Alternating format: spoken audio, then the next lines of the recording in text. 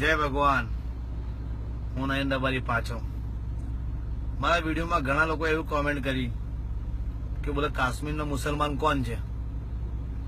કાશ્મીરનો મુસલમાન બી મુસલમાન જ છે ભાઈ, એક અલગ નહીં. અને મુસલમાનને મજબૂર કોને કર્યા?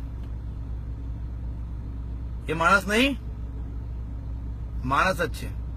2002 ની ધમાલમાં જે મુસલમાને પોતાની બેન પર બળાત્કાર જોયું, પોતાના ભાઈને મરતા જોયો, પોતાનું મકાન સળગતા જોયું, તો બી એ બધું ભૂલીને એક ભાઈચારાની ભાવનાથી આજે મુસલમાન ગુજરાતમાં રહે છે. કદી એમને જાહેર કર્યું કે અમને હું તકલીફ હતી? એમને તકલીફ નથી પડી? કેટલા મરી ગયા, પોતાનું ઘર છોડી જોઈને ભાગી ગયા, આજે આયા છે, અમન શાંતિથી રહેવા માંગે છે. પણ આપણે જ નહીં ચાહતા કે આપણી જોડે શાંતિથી રહે. બોમ્બેમાં મુસલમાન નથી, કસાબે ત્યાં ફાયરિંગ ગયો તો ત્યાં હિન્દુ મુસલમાનો દંગો થયો હતો. એમપીમાં મુસલમાન નહીં રહેતો, ત્યાં દંગો થયો હતો. રાજસ્થાનમાં નહીં રહેતા, યુપીમાં નહીં રહેતા, આખી યોગી સરકાર લઈને કે મુસલમાન વગર આવી ગઈ સરકાર.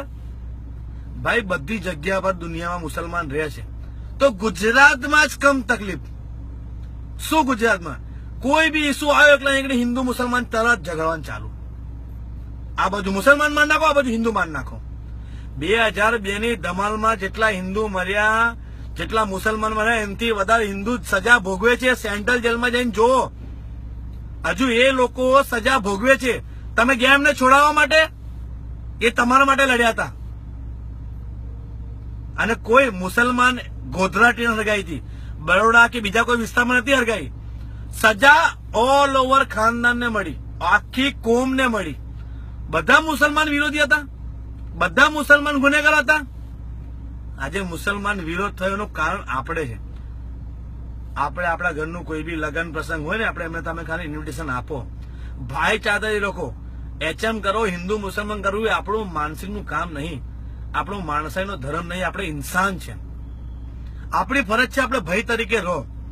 એ જે રાજકારણને લડાવે, પણ આપણીમાં એકતા હશે ને તો જિંદગીમાં આપણે લડી નહીં શકીએ. બાકી મારા ફાધરનું ઓપરેશન થયું, આજે 3 દિવસ ત્યાં બાયપાસ સર્જરી કરાવડાવી, તો બી હું તમારી સેવામાં છું. હું આજે કોઈ બી માલધારી સમાજની રેલીમાં હું અટેન્ડ નહીં થઈ શક્યો. કમ કે મારા ફાધર બીમાર છે, આજે એમને રજા આપી.